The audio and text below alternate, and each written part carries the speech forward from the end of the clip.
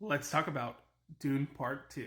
I gotta preface this review by saying that I never got the hype behind the first Dune movie. I thought it was a really well made movie, but it felt ultimately an incomplete story.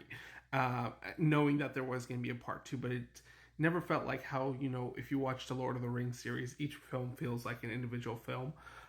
This never felt like that. And ultimately, the first one for me was just a lot of lore dumping and world building, and it was just like not a whole lot of progression with the story. It was just setting these things up, which I can say that Dune Part 2 actually delivers on the stuff that the first film actually built upon, created. It does enhance my experience of Dune 1 a little bit. Not going to say it doesn't elevate that movie to another level for me, but I do think Dune 2 is a much better film. To me, it feels like a much more complete film. There wasn't as much lore dumping, and the explanations felt a little bit more natural.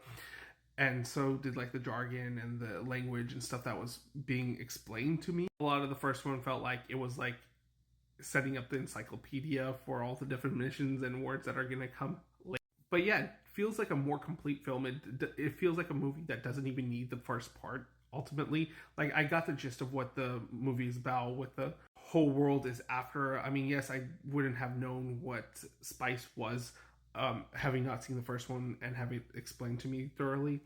But you kind of would have, even if you haven't seen the first one, you would get that gist. And ultimately, this is a chosen one, Messiah esque film, and it delivers on that aspect.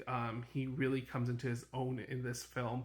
I still think some of the naming is kind of weird because, like, his name's Paul and like this sci-fi epic, but regardless, I think the production design, the sets, the visuals, again, are all top notch. I think everything was with such great detail and care. It's great to see a big budget blockbuster actually deliver on its visuals. The world is creative. There's a lot of great camera shots. This feels like a living, breathing world. It does feel like it the world that they're on, Arkans, is like uninhabitable because of the desert, and you feel like this is shot somewhere on location. And I think the whole cast does a really good job. I mean, nobody really stands out that much. I think Austin Butler is a pretty great addition to the film, as the main quote unquote antagonist of the film. But I love the expansion on the lore. I like where it's potentially heading for a third film. But one of my main criticisms is that it doesn't, again, feel like a totally complete movie.